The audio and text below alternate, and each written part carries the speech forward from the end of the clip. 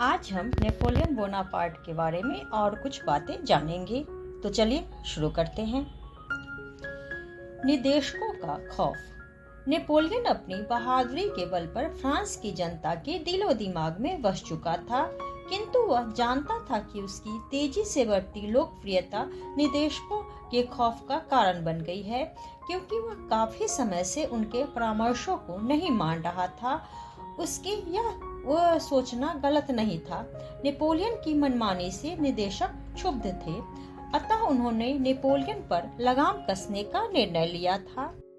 इधर Napoleon Austria को जीतने का प्रयास कर रहा था।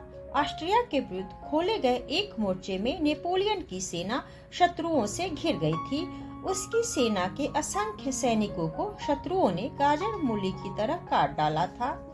नेपोलियन की सेना में एडिज के पुल पर नाकेबंदी कर रखी थी। घमासान युद्ध हो रहा था। विरोधी सेना पल प्रतिपल फ्रांसीसी सेना पर हावी होती जा रही थी। लाख कोशिशों के बाद भी नेपोलियन की सेना स्थिति को संभाल नहीं पा रही थी।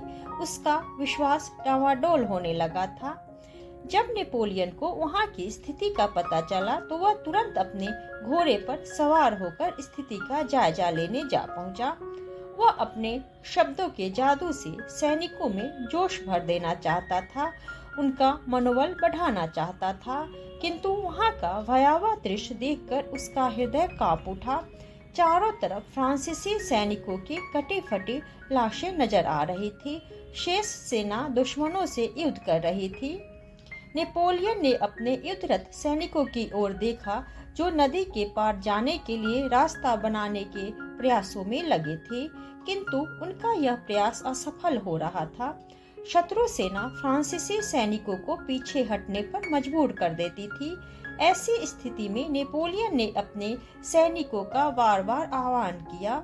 पीछे हटी सेना अपने सेना अध्यक्ष को देखकर दोगुने जोश में भरकर आगे बढ़ी। नेपोलियन भी उनके साथ आगे बढ़ा, किंतु तभी सेना के अधिकारी नेपोलियन से आगे न बढ़ने की गुहार लगाते हुए चीख पड़े, रुक जाओ जनरल, आगे मत बढ़ो, वरना तुम मारे जाओगे और हम कहीं के भी न रहेंगे। उसके सतर्क करने पर नेपोलियन ठिठका, किंतु फिर भी उसका घोड़ा कुछ कदम आगे बढ़ चुका था। नेपोलियन स्थिति की गंभीरता को समझने की कोशिश कर रहा था। आगे की सेना भी रुक गई थी और बांध के पास शरण लिए हुए थी। तभी नेपोलियन को किसी ने धक्का दिया और वह डाइक के पास एक गड्ढे में गिर गया। उसे गड्ढे में गिरता देख लुई और मार्मोंट अपने अपने मोर्चे छोड़कर उसकी तरफ लग गए। उन्होंने बहुत ही तेजी के साथ नेपोलियन को गड्ढे से बाहर निकाला। पास ही नेपोलियन का बहादुर सैनिक अधिकारी मुइरन मोर्चे पर तैनात था। वह चौकन्नी नजरों से चारों ओर का जायजा ले रहा था। जिस समय लुई और मार्मोंट नेपोलियन को गड्ढे से बाहर निकाल रहे थे, ठीक उसी पल मुइरन की नजर एक शत्रु सैनिक पर पड़ी। वह सैनिक नेपोलियन को निशाना बनाकर गोली चलाने वाला था। यह देखकर मुइरन तेजी से उछला और नेपोलियन की ढाल बन गया। शत्रु सैनिक की गोली, जो नेपोलियन को खत्म करने के लिए चलाई गई थी, वह उसके वफादार सेना अधिकारी मुइरन के सीने में ठीक उस स्थान पर जा लगी जहां इंसान का दिल धड़कता है। उस एक ही गोली में मुइरन का काम तमाम कर दिया। मुइरन की शहादत ने नेपोलियन, लुई और मार्मोंट को न केवल मौत के मुंह में जाने से बचा लिया था, बल्कि उन्हें इतना अवसर भी दे दिया था कि वे अपना बचाव कर सकें। मार्मोंट और लुई ने नेपोलियन को तुरंत उसके घोड़े पर सवार किया और शत्रु सैनिकों का काम तमाम कर नेपोलियन से कहा, जनरल, आपका यहाँ रुकना खतरे से खाली नहीं। शत्रु पक्ष हम पर हावी होता जा रहा है। बेहतर होगा कि आप वापस चले जाएं। यदि आप जीवित रहे तो पुनः आप योजना बनाकर ऑस्ट्रिया पर कब्जा कर सकेंगे, किंतु यदि आपको कुछ हो गया तो यह विजय अभियान यहीं दम तोड़ देगा। नेपोलियन ने पीठ दिखाना नहीं सीखा था, लेकिन मौके की नजाकत को देखते हुए उसे उनकी सलाह माननी पड़ी और वह वापस अपने खेमे में चला आया। घटे इस घटना ने उसे बुरी तरह झंझोर डाला था। उसके दिमाग में विचारों की आंधी सी उठने लगी थी। नेपोलियन ने कभी हारना नहीं सीखा था। हारने तथा असंभव जैसे शब्दों से उसे चिढ़ थी, किंतु आज की इस घटना ने उसे सोचने पर विवश कर दिया था कि ऐसा कैसे हो गया। इतनी बड़ी गलती उससे कैसे हो गई? क्या उसने कोई सपना देखा था? क्या वह होश में नहीं है? नेपोलियन अपना सिर थामकर बैठ गया। काफी सोचने विचारने पर अंत में नेपोलियन ने अपनी गलती ढूंढ निकाली। वह समझ गया कि उससे इतनी बड़ी गलती कैसे हुई। उसकी इस भारी गलती की वजह थी सिर्फ और सिर्फ जोसेफिन की यादों तथा उसके सामीप्य की लालसा ने नेपोलियन के भीतर छिपे उस योद्धा को कमजोर कर दिया था, जिसके नाम का डंका पूरे यूरोप में गूंज रहा था। अपनी गलती का एहसास करके वह बड़बड़ा उठा। क्या अब मुझ में वह योग्यता नहीं रही जो मुझे एक समझदार और दूरदर्शी के रूप में पेश करती थी? यह मुझसे क्या हो गया? एक औरत के लिए मैं इतना पागल हो गया हूँ कि मेरा ध्यान अपने लक्ष्य से भी भटक गया। आज मेरी गलती के कारण मेरे बहादुर सैन्याधिकारी की मृत्यु हो गई। मेरी सुरक्षा के लिए उसने अपने प्राणों का बलिदान कर दिया। जिनका मुझे संरक्षक होना चाहिए उन्हें ही मैं संरक्षण नहीं दे पा रहा हूँ। लानत है मेरे ऐसे जीवन पर। एक बेवफा और चरित्रहीन औरत के लिए मैंने अपने आदमियों का बलिदान दे दिया। यह मेरे लिए डूब मरने जैसी बात है। मुइरन की कुर्बानी ने नेपोलियन की आत्मा तक को झकझोर कर रख दिया था। उसने तुरंत सख्त कदम उठाने का फैसला किया। अपनी हार को जीत में बदलने के लिए नेपोलियन ने कपट का सहारा लिया। उसने नदी पार लोग लगे सेना के मोर्चे तुरंत हटा दिए और अपनी सेना की कुछ टुकड़ियों को तुरही व नगाड़ा बजा वालों के साथ एक बड़े अर्धवृत्त में तैनात कर दिया। शत्रु सेना के पीछे जाने का आदेश दिया। उस ओर से शत्रु सेना असावधान थी। जब फ्रांसीसी सैनिकों ने उन पर हमला किया तो थके हुए ऑस्ट्रियाई सैनिक भयभीत हो उठे और उनकी एक टुकड़ी पीछे हट गई। शत्रु सेना को पीछे हटते देखकर फ्रांसीसी सैनिक उत्साह से भर उठे। उन्होंने समझा कि सारी विरोधी सेना पीछे हट रही है। जोश में भरे फ्रांसीसी सैनिकों ने पूरे वेग से कार्य किया और शत्रुओं पर टूट पड़े। सैनिकों के साहस व पराक्रम ने विजय को निराशा के आवरण से बाहर निकाल लिया था। नेपोलियन की इस विजय ने पेरिस वासियों को प्रसन्नता से भर दिया। वहाँ आरकोला में के तमगे दमक उठे। काल्पनिक रंगों से कमांडर को आरकोला के पुल पर दर्शाते हुए चित्र बनाए गए जो पेरिस में जगह जगह नजर आ रहे थे। ऑस्ट्रिया में नेपोलियन ने विजय हासिल की, लेकिन इस जीत के बाद उसकी सेना बुरी तरह थक गई। ऑस्ट्रिया से हुए इस युद्ध में उसके सैनिक भारी संख्या में हताहत हुए थे और शेष बची सेना में अधिकांश सैनिक घायल थे। इधर नेपोलियन की विजय और मनमानी पूर्ण रवैये से पेरिस में बैठे निदेशकों के कान खड़े हो गए। उनके मन में संदेह के बादल मंडराने लगे। उन्हें ऐसा महसूस होने लगा था कि नेपोलियन की निरंतर विजय उनके विनाश का कारण न बन जाए। उन्हें संदेह था कि कहीं नेपोलियन फ्रांस के पड़ोसी देशों को परास्त कर अपनी निजी ताकत को नहीं बढ़ा रहा।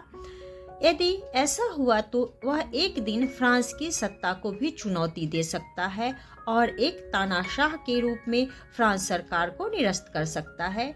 निदेशक जानते थे जनता की शक्ति अजेय है, परंतु अधिकारी सरकार के प्रति समर्पित नहीं है तो यह स्थिति खतरे से खाली नहीं है। फ्रांस के निदेशक पिछले 7 वर्षों से शासक राजनीति में दखल देने का दुस्साहस करने वाले सेना नायकों को मृत्युदंड देते आ रहे थे। उनका कहना था, हमारे आदेशों का पालन न करने वाला तथा शिविर में भेजे गए दूत के निर्देश को पूरी तत्परता से न मानने वाला सेना नायक सेना से निकाल दिया जाता है। उनकी नजर में नेपोलियन की हैसियत भी इतनी ही थी, इसलिए वह नहीं चाहते थे कि नेपोलियन अपनी सीमा का उल्लंघन करे। पहले उन्होंने दूत के रूप में सालसिटी को नेपोलियन के लिए निर्देश देकर भेजा था, किंतु कार्सिका का नागरिक होने तथा उसकी मनस्थिति भावुकतापूर्ण होने से वह नेपोलियन के अधीनस्थ हो गया था। फिर उसने कुछ वर्ष पूर्व नेपोलियन बोनापार्ट को धोखा भी दिया था, जिसके प्रायश्चित स्वरूप निदेशकों की नजरों में नेपोलियन का सहयोगी था। अतः वह निर्णय लेते हैं, हमें व्यवहार कुशल व महत्वाकांक्षी क्लार्क को अपना दूत बनाकर भेजना चाहिए। अत्यधिक चतुर व महत्वाकांक्षी जनरल क्लार्क नेपोलियन को अपनी उंगलियों पर नचाने की मंशा से मिलान के लिए रवाना हो गया। क्लार्क ने सोचा, वह कुरूप व अव्यवस्थित सैनिक वेशभूषा वाला ठिगने कद का व्यक्ति, जिससे मैं कई बार ब्रास में मिल चुका हूँ, सरलता से वश में किया जा सकेगा। परंतु मिलान पहुंचने पर जब क्लार्क नेपोलियन के सामने पहुंचा तो उसकी यह धारणा निर्मूल सिद्ध हुई। नेपोलियन का कदम पूर्व की भांति ही था, परंतु उसका आचार व्यवहार तथा स्वभाव एक साधारण सैनिक जैसा नहीं था, बल्कि एक प्रभावशाली शासक जैसा था। नेपोलियन ने निदेशकों के प्रतिनिधि बनकर आए क्लार्क का जोरदार स्वागत किया, किंतु मन ही मन वह क्रुद्ध था। उसे पता चल चुका था कि उसे अपनी आशंकाओं के चलते निदेशकों ने उच्च स्तरीय प्रतिनिधियों को संगठित करके एक संगठन बनाया है। उस संगठन के सदस्यों के विचार विमर्श के बाद नेपोलियन के लिए यह आदेश जारी किया है कि उसे उनके आदेशों का पालन करना पड़ेगा, भले ही नेपोलियन की जगह कोई दूसरा जनरल क्यों न हो। संगठन की अनुमति के बिना किसी देश पर युद्ध थोपने अथवा उसके साथ संधि करने जैसा फैसला नहीं लिया जाएगा। यदि संगठन के आदेशों की अवहेलना की जाएगी तो संगठन को अधिकार है कि वह उसकी सेवाएं समाप्त कर दे। एक तरह से नेपोलियन की नाक में नकेल डालने के लिए फ्रांस सरकार ने संगठन बनाया था। अपनी बुद्धिमत्ता से नेपोलियन निदेशकों की योजना को परख गया था, किंतु क्लार्क के लिए बोनापार्ट की गुप्त योजनाओं का पता लगाकर अपने स्वामियों को उसकी बाबत रिपोर्ट देकर आना संभव नहीं हो पाया। नेपोलियन के प्रति उसकी पूर्व धारणा ध्वस्त हो गई। क्लार्क से बातचीत करके नेपोलियन ने पता लगा लिया कि निदेशक उसकी सफलताओं को ऑस्ट्रियाइयों के साथ शांति बनाए रखने का एक नाटक मान रहे हैं। इसी कारण उसे चेतावनी भेजी गई है। अतः नेपोलियन सरकार की समस्त योजनाओं को निष्फल करने के प्रयास में जुट गया। नेपोलियन जानता था कि अभी उसे निदेशकों की आवश्यकता पड़ेगी, अतः उसने निदेशकों को एक पत्र लिखा जो कुछ इस तरह था। सुदृढ़ीकरण केवल शब्दों व लेखों द्वारा निश्चित नहीं किया जा सकता, बल्कि इसके लिए मजबूत कदकाठी के व्यक्ति की आवश्यकता होती है। मेरी सेना के सर्वश्रेष्ठ अधिकारी तथा सैनिक घायल हो चुके हैं और सैन्य अधिकारियों व जनरलों में से कोई भी सक्रिय सेवा करने के योग्य नहीं है। नए भर्ती हुए लोग युद्ध कला में दक्ष तथा बुद्धिमान नहीं हैं, न ही उन पर अभी विश्वास ही किया जा सकता है। सेना में केवल थके हुए अधिकारी बचे हैं, जो बेचारे कुमुक भेजे जाने तक मारे जाएंगे। अदम्य वीर अगेरू, मसीना, वर्दियर तथा खुद मैं भी जल्द ही युद्ध की भेंट चढ़ने वाले हैं। ऐसे में युवा सैन्य अधिकारियों का क्या होगा? इस विचार से ही मैं कांप उठता हूँ। अब मैं मृत्यु को चुनौती नहीं दे सकता। मैं जानता हूँ कि यदि मैं गिर गया तो मेरे अधीनस्थ तमाम अधिकारियों का भी नैतिक बल गिर जाएगा। अतः मैंने सैनिकों की भर्ती आवश्यक है। अतः नए सैनिकों की भर्ती आवश्यक है, मगर मैं उन पर पुराने साथियों की भांति भरोसा नहीं कर पाऊंगा। यदि तुरंत मेरे पास सहायता नहीं भेजी गई तो जीता हुआ सारा क्षेत्र शत्रु वापस अपने अधिकार में ले लेंगे। हमारा बलिदान व हमारी बहादुरी व्यर्थ हो जाएगी। बल्कि यह कहना गलत नहीं होगा कि हमारा यह अभियान ही व्यर्थ हो जाएगा। फ्रांस के लोग जो हम पर इतना भरोसा कर रहे हैं और हमारी वीरता से खुश हैं, वे सभी उदासी की खाई में जा गिरेंगे। नेपोलियन ने पत्र में आगे लिखा था, मेरी तबीयत इन दिनों कुछ खराब है। मुझे ज़्यादा समय तक घुड़सवारी करने के लिए मनाही है, जबकि हमें अभी और आगे बढ़ना है। जिनेवा, वेनिस, टस्कनी, रोम व नेपल्स पर अपना विजय ध्वज लहराना शेष है। अभी तो हम इटली की सीमा भी लांघ नहीं सके हैं। यदि विखराव की इस स्थिति को संभालने का तत्काल प्रयास नहीं किया गया तो फिर कुछ नहीं किया जा सकेगा। अतः दक्षिण प्रांतों की जांबाज सेना को भेजने का कष्ट करें, क्योंकि हमें अपनी शक्ति को यत्र तत्र सर्वत्र विस्तार देना है। ऐसा करने के लिए सेना, राजनीति व वित्तीय नियंत्रण तीनों आवश्यक है। लगातार खतरे से बचाव के लिए जनरल का केंद्र में रहना आवश्यक है। मैं दुर्भाग्यवश सम्मान से लद गया हूँ और मेरी जिम्मेदारी बढ़ गई है। मुझे आशा है कि यह सुझाव किसी व्यक्तिगत महत्वाकांक्षा की दृष्टि से दिया गया नहीं समझा जाएगा। यदि इटली को जीतना है तो तुरंत सैन्य सहायता भेजे। नेपोलियन बोनापार्ट कुछ समय पहले जिस सरकार की मुद्रा से अंकित आदेश को रद्दी कागजों का पुलिंदा समझता था, वह उसी सरकार को प्रति माह राजकुमारों व गणतंत्रों से लूटा सोना भेजता था। अपने देश से धन की मांग करने के स्थान पर उल्टे अपने देश को धन भेजने वाला वह पहला सेनाध्यक्ष था। नेपोलियन ने अपने पत्र के साथ निदेशकों के लिए छोटे मोटे उपहार भी भेजे। उपहारों के संबंध में उसने अपने निदेशकों को लिखा, मैं इस समय 100 सर्वश्रेष्ठ घोड़े भेज रहा हूँ। अपनी गाड़ियों को खींचने में असमर्थ घोड़ों के स्थान पर इन्हें जोत लेना। नेपोलियन का पत्र लेकर कलार्क वापस पेरिस जा पहुंचा। उसने निदेशकों के समक्ष नेपोलियन की इतनी प्रशंसा की कि निदेशकों के मन में नेपोलियन के प्रति भरी समस्त आशंकाएं समाप्त हो गई। उन्हें ऐसा महसूस हुआ कि नेपोलियन जो भी कर रहा है वह फ्रांस की जनता तथा सरकार दोनों के हित के लिए ही कर रहा है। उसका कोई भी निर्णय फ्रांस व उसकी सरकार के खिलाफ नहीं है।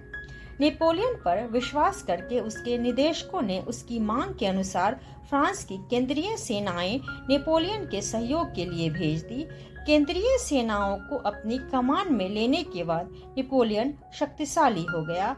उसी सेना के लिए तो उसने इतना प्रपंच किया रचा था। हालांकि उसे सेना की जरूरत थी, किंतु वह धन के बल पर सैनिक जुटा सकता था, मगर उसे तो फ्रांस की केंद्रीय सेना की जरूरत थी। इसी कारण उसने निदेशकों को लुभाने वाले उपहार भेजे थे और अपनी अस्वस्थता के बारे में झूठी खबर भी दी थी, जबकि उसका स्वास्थ्य बहुत अच्छा था और प्रतिदिन अपने घोड़े के थक जाने तक घुड़सवारी करता था।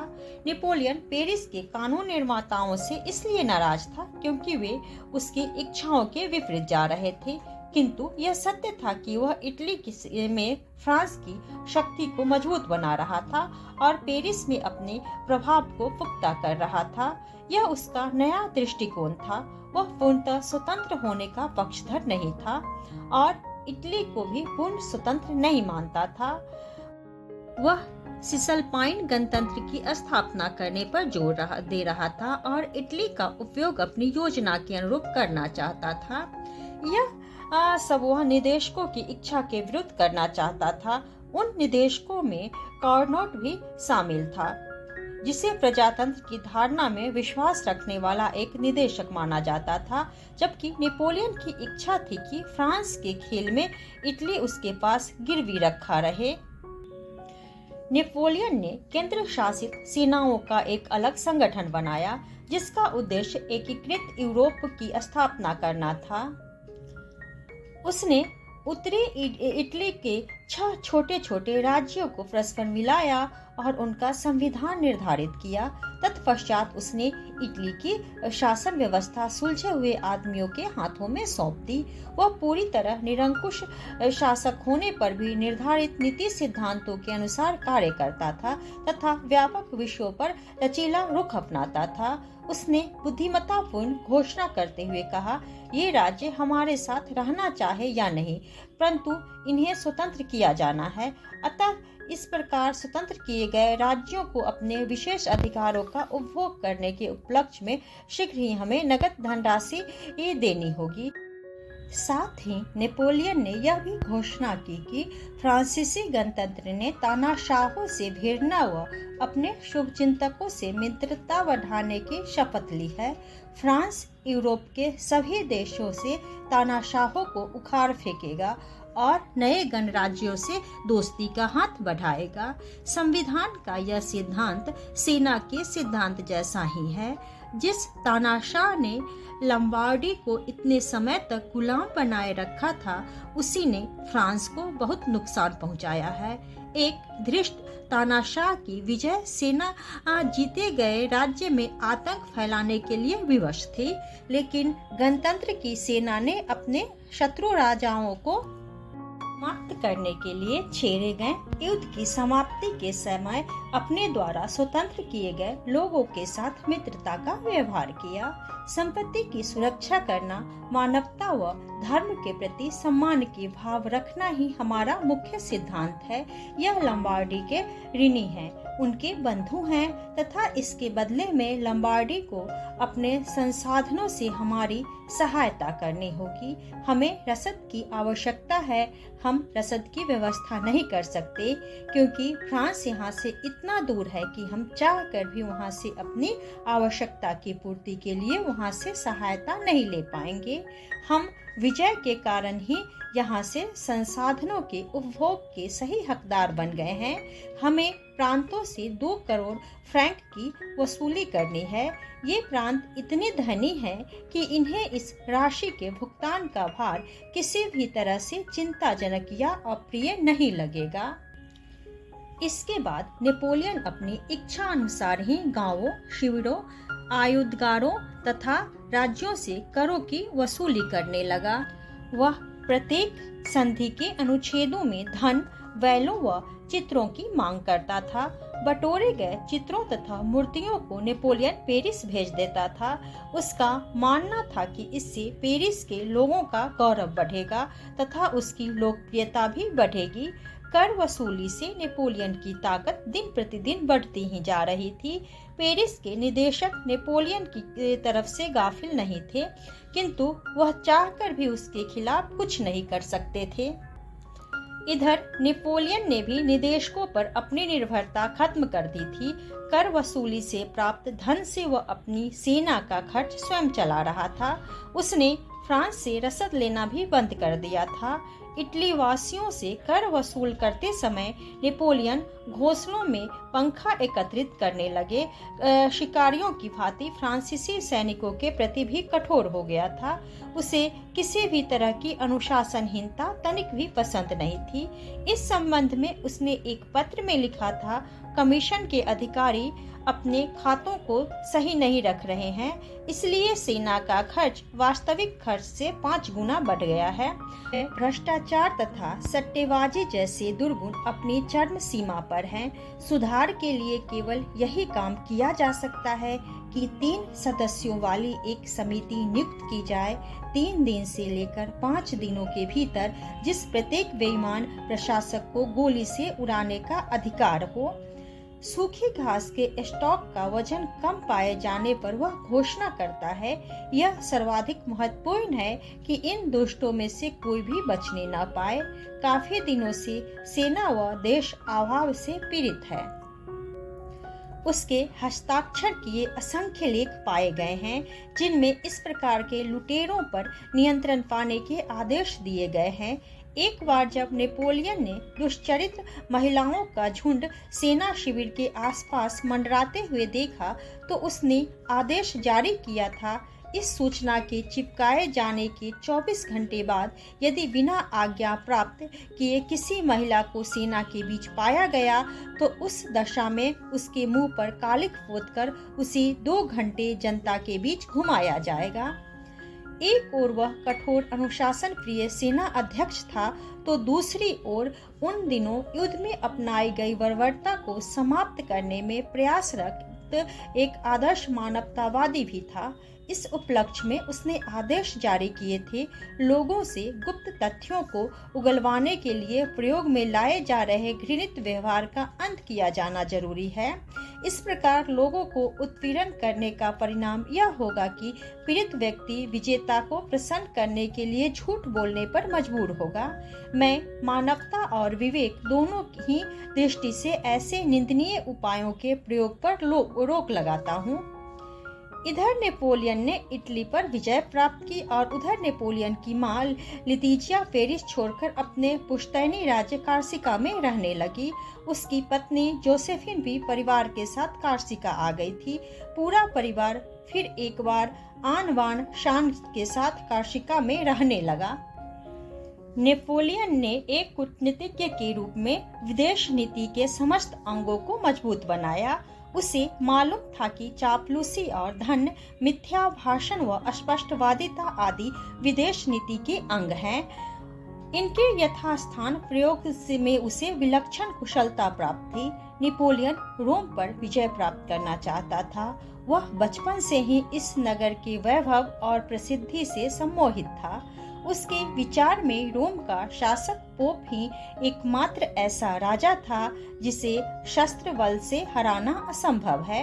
वह पोप की नीति में निहित उस विचार को देखता है जिसका फ्रांस व यूरोप पर गहरा प्रभाव बना हुआ है। वह त्याग के नैतिक बल को जानता था, अतः उसने पूर्णतः अस्वस्थ होने में तथा पोप के विरुद्ध युद्ध न करने का निश्चय किया। उस समय उसका कहना था, रोम का प्रभाव कल्पनातीत है। ऐसी शक्ति के साथ छेड़छाड़ करना भयंकर भूल होगी, क्योंकि अंततः हमारी भूल से उसे ही लाभ पहुंचेगा। नेपोलियन वहां से ऑस्ट्रिया की तरफ रवाना हो गया। तो आज के लिए इतना ही। अगर आप लोगों को यह वीडियो पसंद आए तो वीडियो को लाइक करें और चैनल को सब्सक्राइब करें।